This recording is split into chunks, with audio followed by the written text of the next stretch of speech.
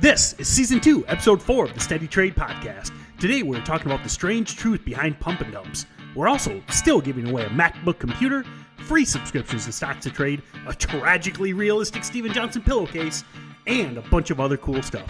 Take a listen. Welcome back to the Steady Trade Podcast. Great to be back with you guys. We're on video a little bit here, which is pretty cool. You can see me thumb, which I used to use. It's actually, ironically, these episodes will be published later, but we are approaching. We're actually a day away from Halloween at the point we're recording this, and I've got my Wall Street bull. I can't take this seriously anymore. But I'm just gonna be a bear because I'm on the short side. Oh, and actually, it's funny. You get, ironically, so it's the day before Halloween as we're recording this. I've got showing up today since Steven is the king of all bears. He wants to short any and every stock that's up more than like 2% on the day. Any stock that's up more than 2%, he's like, this is a perfect short. This is the one. It's the one. I know. It's gonna crash. It's gonna crack. I see it. So showing up later today will be my bear archery target. So I think a lot of you listeners may or may not know. I am a hunter. Specifically an archer, and so I ordered a bear target, and then I'm going to shoot it while wearing my bull costume to prove that we are in the greatest bull market in history.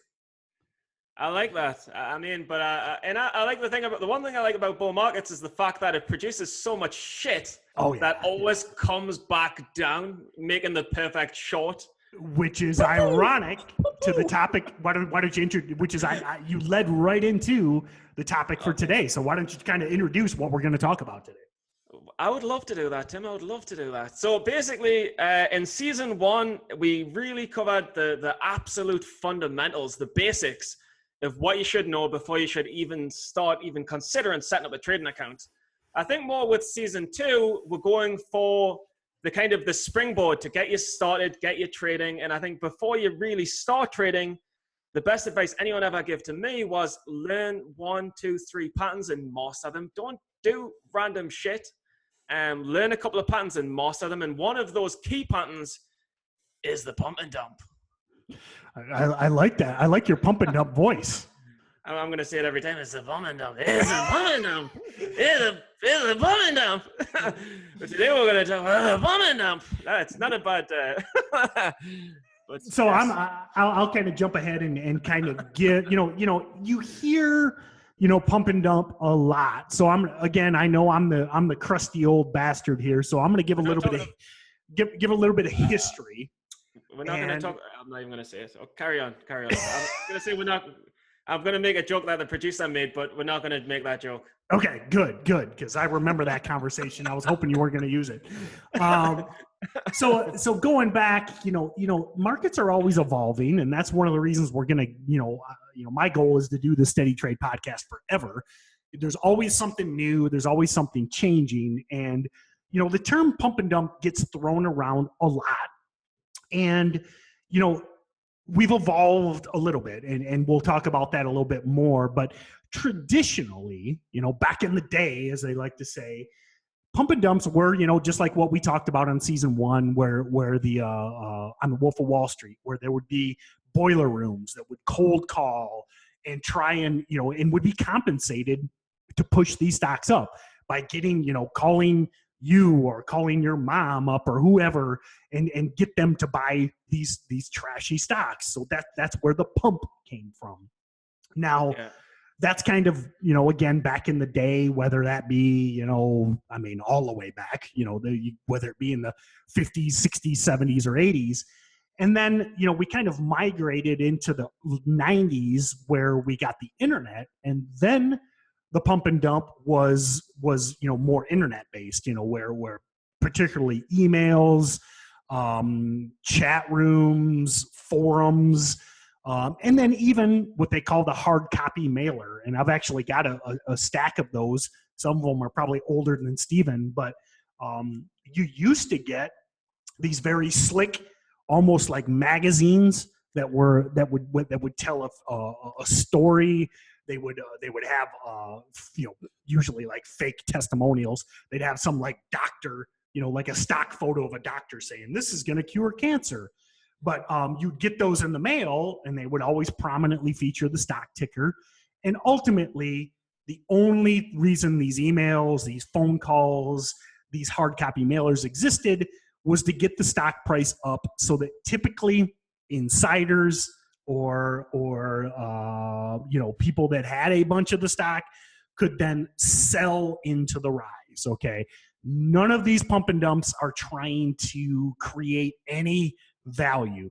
They might be, a situation might be, I've got 1 million shares granted to me at a penny a share, and then the somebody, quote unquote somebody, the man behind the curtain, pays somebody to promote that stock to get the price up. Then what happens, the second part of the pump and dump, is ultimately when everybody with the discounted shares sells into that spike. What happens in basic supply and demand when you have a massive selling? The stock price crashes, hence the dump. Yeah, I just have to say, I mean, for people that don't know, I mean, I've never really personally played a pump and dump, and they're not as prominent as they used to be. I think about 8-10 years ago, you could make a lot of money on them. The only pump and dump I think I've probably played might have been AMMD. And I know I know a lot of people, the thing with pump and dumps is it goes up to 3% every day, 3%, 5% every day. So like day one, it's up 2%. And these stocks can go from like 10 cents to $3. So if you quote it at 10 cents, you're making like 6,000% or something. Yep. And that's when you talk about pattern recognition, that's the pattern of today is the pump and dump pattern.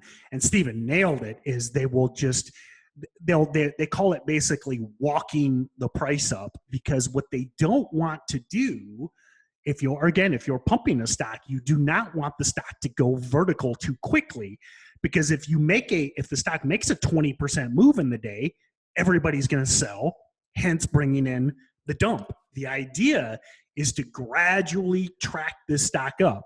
So it goes from 10 to 15, 15 to 20, 20 to 25 cents, and it just walks gradually up, because what the promoters, the pumpers don't want to do is have everybody say, holy crap, it moved 50% today, I'm going to sell all my shares. They want to keep everybody in until they're ready to sell. Yeah, no, and I mean, that's the one thing that we haven't said about pump and dumps is they're all key times to buy them, but you'd never, ever, ever, ever want to be buying them on the way up. And I've been trying since the start of the last 10 minutes to think of a reference to help put this in people's minds. But I mean, what would you compare buying a pump and dump on the way up to? Well, and I mean, not a Stephen Johnson pillowcase, not. And you talk about the evolution, it used to be, and we talk about, obviously, one of the traders we'll have on as an interview at some point is Tim Grittani. One of, in my opinion, one of the best traders of the last, and maybe the best, low price stock trader in the last 5 years. What used to be easier is you could basically monitor the flow of these pump and dumps by signing up for all of these email newsletters. And you could see basically as they expanded the reach of the pump, you could see that, okay, this is the beginning, and then this is the middle. And then when you start getting all of these emails from all these different promoters, you knew, okay, this is the time to sell. Now that has kind of changed.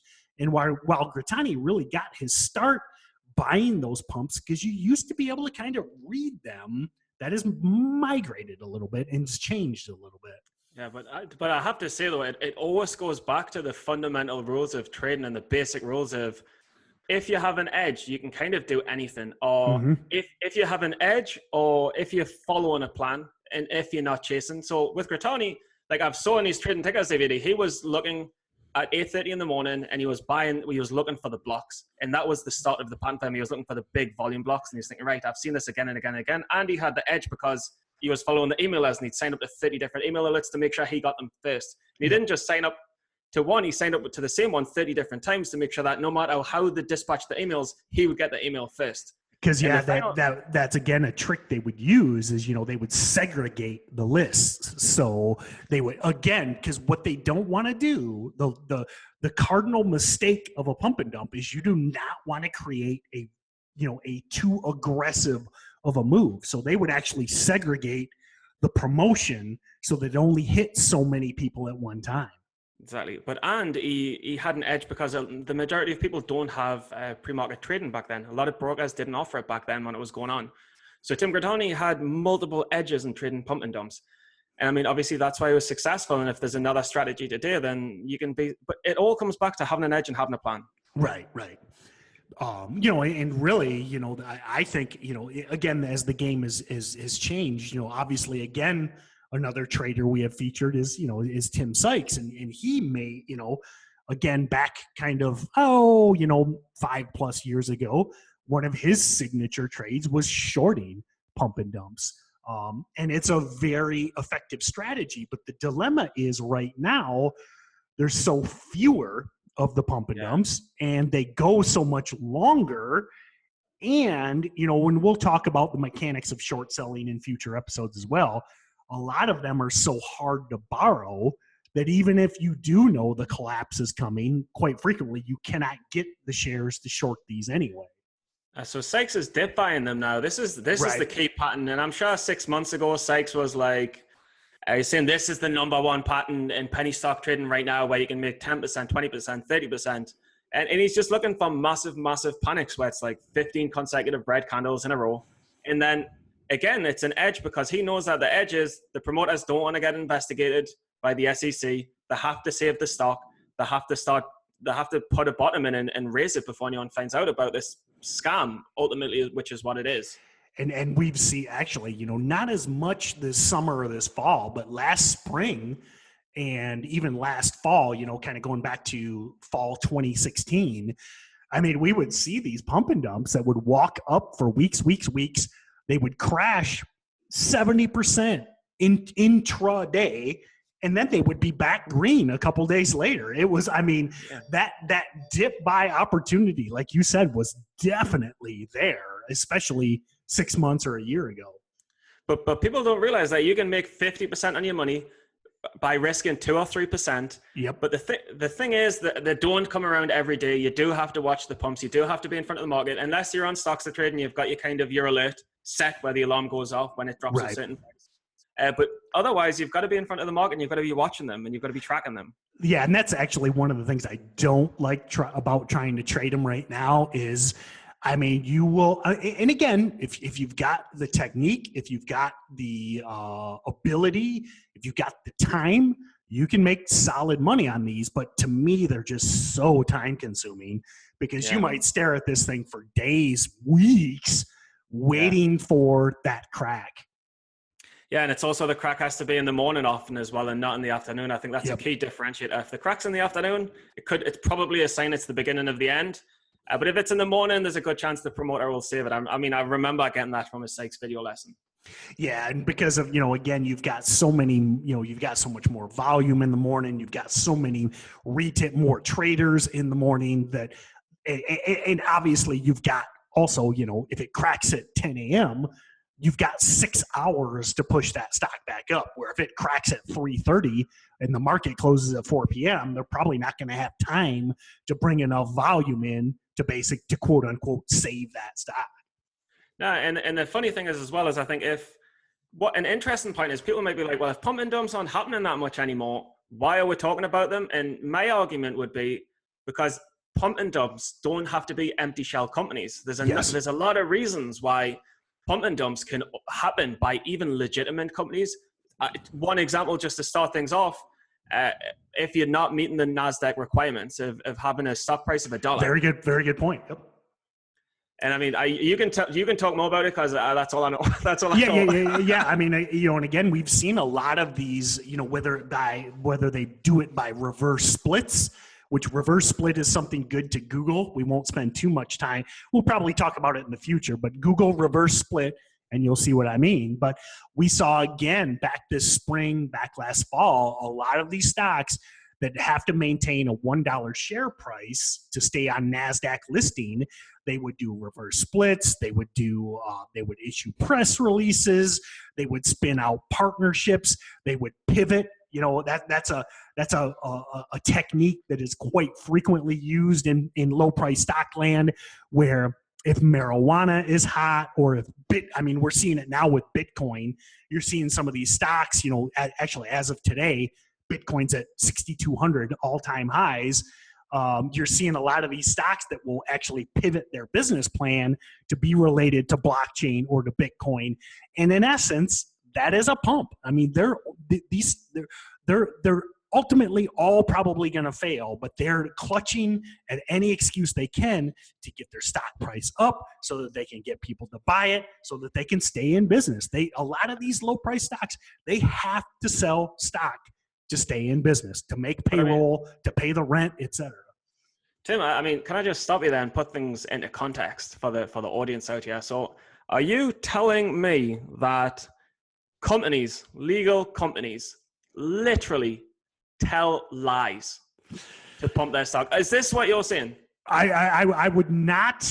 I will not disparage any particular company or person, but yeah. I mean, again, I always like to say, I use this saying a lot, but if a stock is 50 cents, it's 50 cents for a reason. Okay, their fundamentals are probably terrible. Their management is probably incompetent or shady. There's a reason Apple trades at $150 a share, and penny stocks trade at 3 cents a share because of how well they're run, their prospects, et cetera. And, human nature, and some of them even have noble intentions. I mean, if you've got 10 employees and you've got to make payroll next week, well, maybe you'll issue some sketchy press release, or you'll pivot to Bitcoin to sell some stock so that you can keep the doors open. And in penny stock land, ultimately they probably number one want to pay their employees, but then number two, they probably want to buy a bag of Coke and some escorts as well, because again, the management of penny stocks is usually very, very sketchy.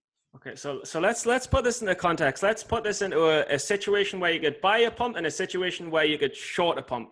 So for me, what would be a situation that you could go long? I mean, you can say one, I can say one. What comes to mind for me is Bitcoin's running a shitty penny stock, says it's got some sort of it's opening up a franchise of Bitcoin, or it's opening up some sort of sector in Bitcoin, and it's at a breakout level. So it's about right. It's at a key breakout level. It's consolidated there a while. Then it releases Bitcoin news, and Bitcoin in general as a currency is running. That's even though it's kind of lies, is a good buy, right? Am I? No. I totally support that. And I think one of the biggest things you brought in the chart, because you will see all these, not all of them, you'll see a lot of these come across. And the key Stephen made was if that chart is breaking out. If you bring up this chart and it has just been going lower for years and it is at the lowest point ever, it can still run, but the odds of it continuing for days and weeks is much, much lower than if you can find what I call a clean chart. That chart's breaking out, maybe 52-week highs, maybe 5-year highs, maybe all-time highs. And then just like we talked in season 1, there's a catalyst. Maybe they used to be auto parts and now they're doing Bitcoin. But if that stock's breaking out, they're in a hot sector. The overall sector is hot. That's a potential buy. Whether or not these idiots are ever going to accomplish anything in Bitcoin is immaterial. Even if it's not true. True. That's the crazy thing. It doesn't even have to be true. It just needs to be a well-spun lie. That's madness. If they've told a good enough lie. Yeah. Remember animal spirits. Again, another good term to Google is, it doesn't matter what, ultimately, if these guys can accomplish anything based on that press release or whatever it is, all it matters is what the herd thinks. And if the herd of bulls, I've got my bull costume, all believe that this stock can run, Did you just say I'll bull leave? No. Did you say I'll bull leave? Did you do that deliberately? Or was it? No, because unlike you, I don't make really idiotic puns. But I said I'll bull leave. Okay. But yeah, ultimately, again, that's why we talk about putting together in season one all the components, a chart, a story, and an overarching theme. And odds are that stock. Now, again, you always have to have a plan. You always have to have a stop loss. But those are the kind of pumps that can continue for multi days in this market. Yeah, and I have to just give some balance, because I know you're super long biased, and I know since I've been more short biased, I've had more success.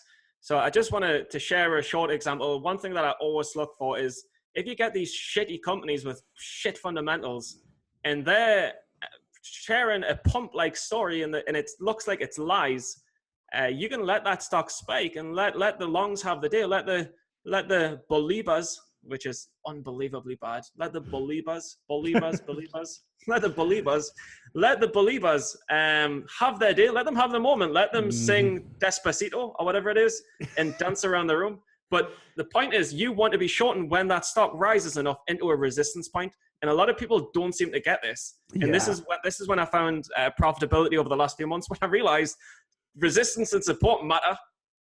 And if it's getting to a resistance point, it's on hyped news, it's got no fundamentals, the volume's not breakout mental volume, it's big, but it's not mental, then it's a good short, no?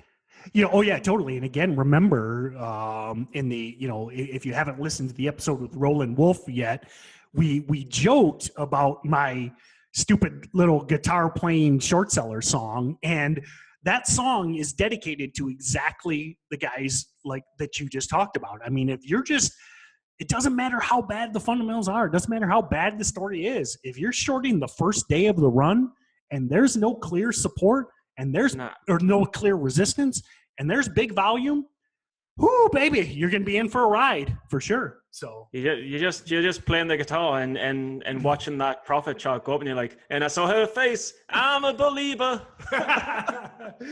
but yeah, that's the biggest thing is you don't, the biggest mistake guys make is again shorting too early. They want to get in too early. They want to get on day one. I mean, again, if there's ridiculous volume or mental volume, as you said, and there's a story and this chart's breaking out, that is not the time to short. I mean, wait till the next day, It goes back to fundamental lessons again, which we'll keep on coming back to, and that's just FOMO. If you're trying to short early, if you're scared of missing out, then you're going to be an early short and you're going to get squeezed. And it comes back to these basic lessons.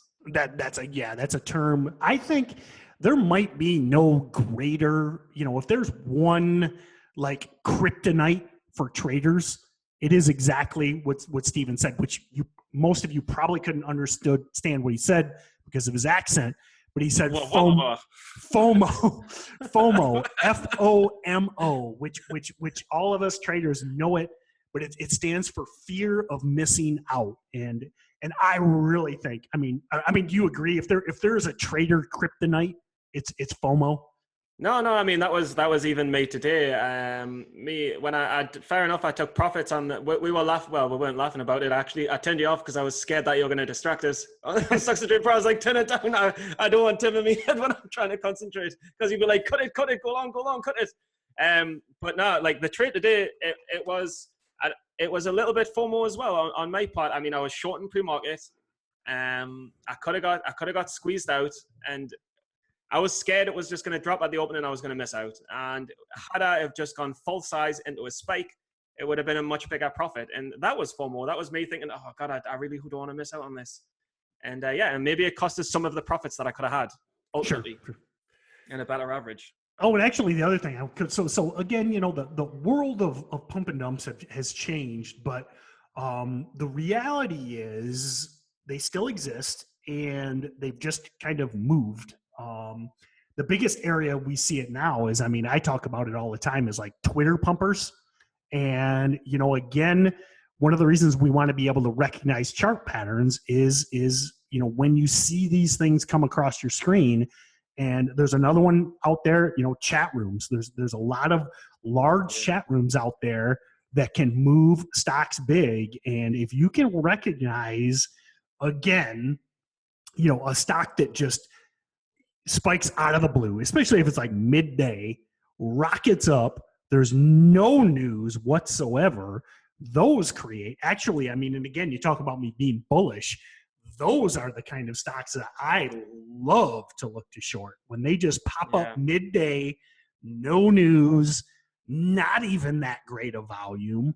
And then they start fading late day. That is and that's what I call, it's either a Twitter pump or a chat pump. Yeah. I mean, I don't know how else you find them. I don't know if you follow kind of pumpers, but we've talked about setups that I've also traded that I've took profits on like that. And I look for a spike in the 2 o'clock in the afternoon, and then you look on StocksToTrade on the news. And the way I find it is I have a scan on StocksToTrade where I look for stocks that have spiked more than 3% in the last 10 minutes, and that catches them all. And then you think, and then my checklist is go on news. Is the news? No. Go on Twitter. Is there actually any news that I've missed? No. Look at the fundamentals. Are there any good? No. And then you immediately just from there it's price action, and it's a layup short. Yep. And then you just, and again, we'll talk about entries and exits more and charts more, obviously, but then you just, I mean, obviously something like that just spikes midday. The long-term chart is brutal. You can't find any news. You let it fade off of the top. You short it. You risk the high of the day. It's called again, this is a term I've co-opted, but I call it a high-a-day reject type play, where it spikes to the high of the day, fades off. Ultimately, you have to have a plan and a stop loss. If the stock goes back to the high of the day, you stop out and you move on. Losing is part of trading. Something we talk about a lot, but one of the biggest things that you need to do as a new trader is get comfortable with losing. And if you're going to short stocks that are running midday, if you don't have enough discipline to stop out when they get back to the high of the day, you're going to struggle until you can get to that point where you can take that loss and be fine with it. Yeah, and we've both been through those squeezes, and I think you're more disciplined now. I think I've probably got more to come before I get more disciplined. I wish I could be. Yeah, it's one of those things. It comes with experience, and that's, again, I think so many people try and rush the journey. I mean, it's easy when a trade just works, to take the profit. You buy or you short, and it immediately works. Yeah. That's pretty easy. But when you've had 2 or 3 or 4 losses in a row and the stock is going against you, that's when it's gonna test. And you need to have that experience where you can say, well, you know what? I've been here before. I've had 3 losses in a row before. I knew if I stopped out, I didn't overstay, then I got back on the horse, and that comes with experience. Yeah, I mean, for me, I always think of the casino. The house ultimately will always win as long as it's playing the right odds over and over and over and over. And that's we talked about that a lot with Roland in the interview in season 3 or season 2, where again, be the house, and just be there every day. And if you follow your rules, ultimately your odds of success are much higher. Yeah, I mean, and probably the last thing I have to say on pumps is that they may be absolute total shit companies, like the worst of the worst with the worst stories, and everyone's talking on Twitter saying this is a scam, and you can still get squeezed if you short them. You can still lose money on them, dip buying them. No matter what the news is, you still got to respect price action. Yeah, it's the 8. I mean, ultimately, the best saying is, and I know a lot of my knowledge. A lot of I remember a lot of odd facts, but I can't remember who said it. But man, it's gonna bug me. But remember, markets can stay irrational longer than you can stay solvent, and there is no more true reality of that than shorting a stock, because you can be right. Remember, in shorting, you have unlimited potential losses. So you can ultimately be right that this stock is the biggest piece of crap in the universe. But if you're there too early and you don't stop out, it doesn't matter if you're right in a week or a month, because your account's gone and you're out of the game. I think the quote, the market can stay rational longer than you can stay irrational, was it? Or you can stay irrational longer than the market can stay rational? No, the market can stay irrational longer than you can stay solvent. Yeah, I think that was me. Yeah. So, I think that's the nice thing. And that's kind of where we'll wrap up. So again, we've talked about the prizes. So one of the nice things is, not only if you register at the website, fill out the surveys, put a review on iTunes, you do all these things to win a Steven Johnson pillowcase.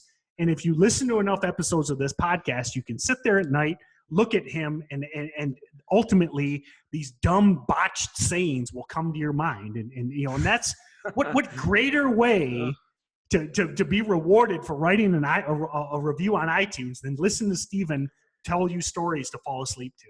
But guys, if you really want to know, there are other prizes, and that might be the best prize for some people. But if it's not for you, there is a MacBook Pro, an Apple TV device, an iPod Touch, an Apple Watch, and $100 gift card. And on top of that, those are each individual. So we call those the 5 main prizes. Now, remember, we do have, again, for season 2, a greedy little bastard package. That is composed of, again, another MacBook Pro, an Apple Watch. You get the greedy bastard gets a Steven Johnson pillowcase too. I didn't realize that. And you get a 3-month subscription to StocksToTrade Pro, which, remember, StocksToTrade Pro is the mentorship program where you get twice daily webinars with me. We've got a chat room, everything integrated into the platform. You use the same platform we use. You use the same screeners, and then we've got a chat that's built into that as well. Twice daily live webinars, as well as an entire community built around StocksToTrade Pro. Yeah, and we'll look forward to seeing you in the chat room. Whoever wins, it'll be fun to have a new member. We're a closed group. We're a nice small group community. Yes. Yep. Hi, this is Erica Meyer from Toronto, Canada, and when I'm sitting at the cottage, I like to listen to Stephen and Tim on Steady Trade Podcast. You can register to win real, actual prizes at their website, SteadyTrade.com. And if you really like what you hear, give the podcast a 5-star rating and write us a glowing review on iTunes. I did, and this is how we say goodbye in Toronto.